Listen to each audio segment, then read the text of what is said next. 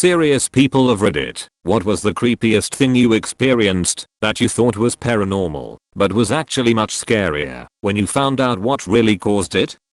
About 7 years ago, my family rented a one-story house. It was originally one bigger house that was split off into two, and there was another family that lived in the other part that we didn't really talk with. During the night, I would hear what sounded like knocks above the ceiling, but any entrance to the small crawl space between the ceiling and the roof was patched up when the house was divided. For a while, I thought there was a ghost who lived in the attic, and I would have trouble going to sleep without a light on. After we moved out, I heard through the grapevine that the neighbor's kid was caught spying on the new people that moved in. Turns out that he had broken a hole in the ceiling of his closet to get into the crawl space and had been looking through holes that he had bored in the ceiling overlooking the other part of the house. The noises I heard was him moving around on his arms and knees up there. As a young kid, I had nightmares of waking up to see my mother hovering over my bed by the window. She just blankly stared down at me and my sister. I'd get so scared yelling "Mom, Mom," and she never responded. It knew it was not my mom. When I was older I told my aunt about it, and she told me they weren't dreams. It was real. My mom would go into our rooms randomly to check on us. She had serious mental health issues that got worse over the years. Occasionally she would have episodes of anxiety of something happening to us and guard us at night. Due to the traumatic death of her first child, it apparently triggered obsessive anxiety when we were younger. I now know the whole fucked up backstory and can sympathize with why it would make any parent get to that mental state, but I still shudder when I think of the blank face stare. I still tend to associate the nightmare mom as not being my mom. My mom used to take Ambien and pain pills and then refuse to sleep. She'd wander the house in a daze with no idea who I was and try to do things like cook or drive. It was especially upsetting because she seemed so much happier in her sleep life, where she was, usually, back in high school and on her way to see friends for dinner and a party, than her real one, in which she lived in a shack with 2 kids she had in her teens, a husband in jail, intense chronic illness and addiction, and empty cabinets full of rat shit. Reminding her who I was and what her life really was felt like I was personally shattering her happiness with my bare hands, and I did it nearly every night from 5th-7th grade. I'd plead with her to remember me and that she was home and needed to go to bed until finally she would hazily remember and start sobbing and feeling her pain again, then crawl into bed and pass out, remembering nothing the next morning. I wonder if my mom's version of your nightmare mom semi-conscious horror creature is an 11-year-old with tired, sunken eyes who looks a lot like me. I also had a recurring nightmare throughout my childhood, which I later became aware of having been tied to my own mental health. First off, I was actually asleep, having a nightmare. I was, however, mistaken in thinking it was just a nightmare. It would start with me being pinned, face down on the ground, by what felt like the paw of a very large cat whose claws were extended. It would claw me with its free paw, but the one pinning me to the ground was always in the same place, to the left of my spine, just below the shoulder blade. I would usually try to say something, but it was always inaudible. Sometimes I would try to scream, just to see if it would work. Still nothing but dead silence. It was at this point I would try to turn around, not to fight, nor to run, to identify the monster. Through some dream version of physics, which I'm quite certain doesn't even exist in real life, I would actually come very close to doing this, turning around far enough to almost see where I estimated its face to be. Then I would snap awake. Fast forward at least a decade, to an appointment with a psychiatrist I was seeing for reasons completely unrelated to any of this. He diagnosed me with Tourette syndrome, something I had never even considered the possibility of having. He was right, by the way. As soon as I accepted that as fact and stopped suppressing my tics, I felt a muscle release tension I didn't even know it was carrying. That muscle was to the left of my spine, just below the shoulder blade. I finally knew the identity of the monster. I was 24 and working at a startup.com. I spent a weekend at my parents' house, came back to my apartment, and went into my bedroom, where I saw my bed was made.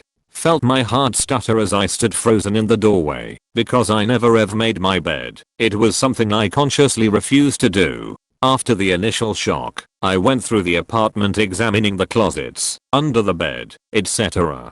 I calmed down after a while, convincing myself that I must have made the bed before I left for my parents and just forgotten about it. Deep down, I knew it wasn't true, but I couldn't think of any other explanation. I later found out it was the woman I was dating at the time who did it. She was the person who hired me. We'd been in a relationship less than a month, but she managed to somehow get a copy of my key. She used to visit my place and snoop through my things when I was gone. She also slept in my bed overnight several times when I was away for the weekend. If she hadn't made my bed, I never would have known anything was going on.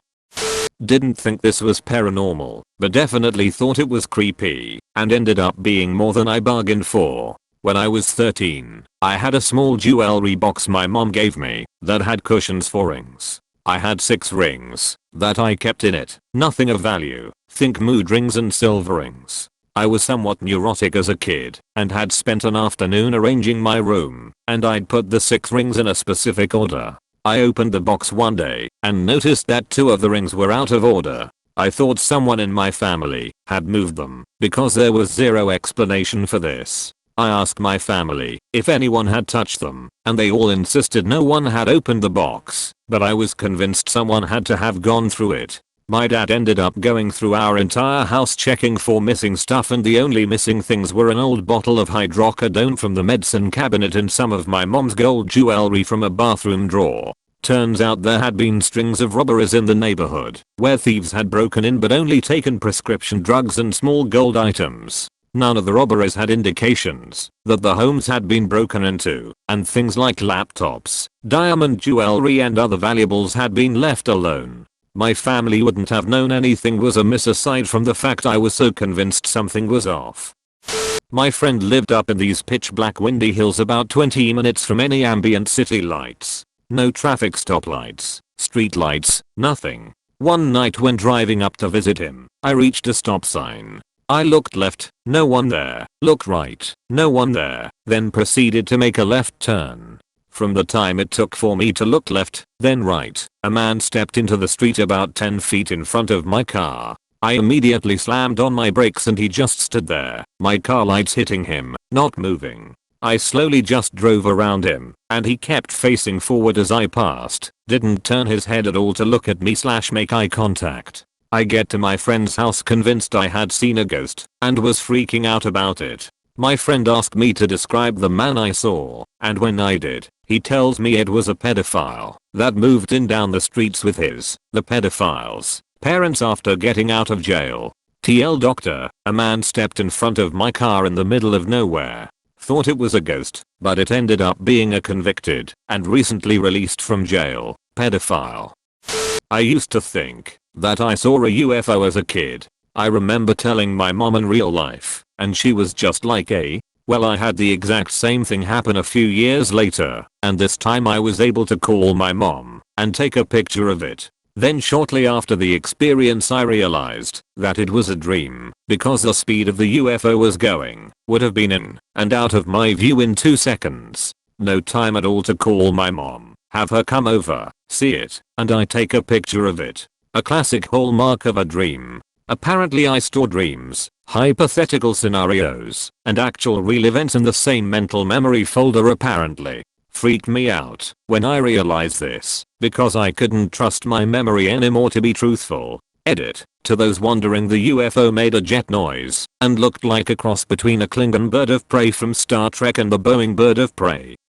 I started firmly believing in ghosts in middle school. My freshman year of high school, I knew there was one who stood in my room by the closet, and I had enough one day and started yelling at it through my mind because I was angry that it was watching me. A sudden weight came down in my head, and I knew what had happened. It was punishment. The ghost was inside my head.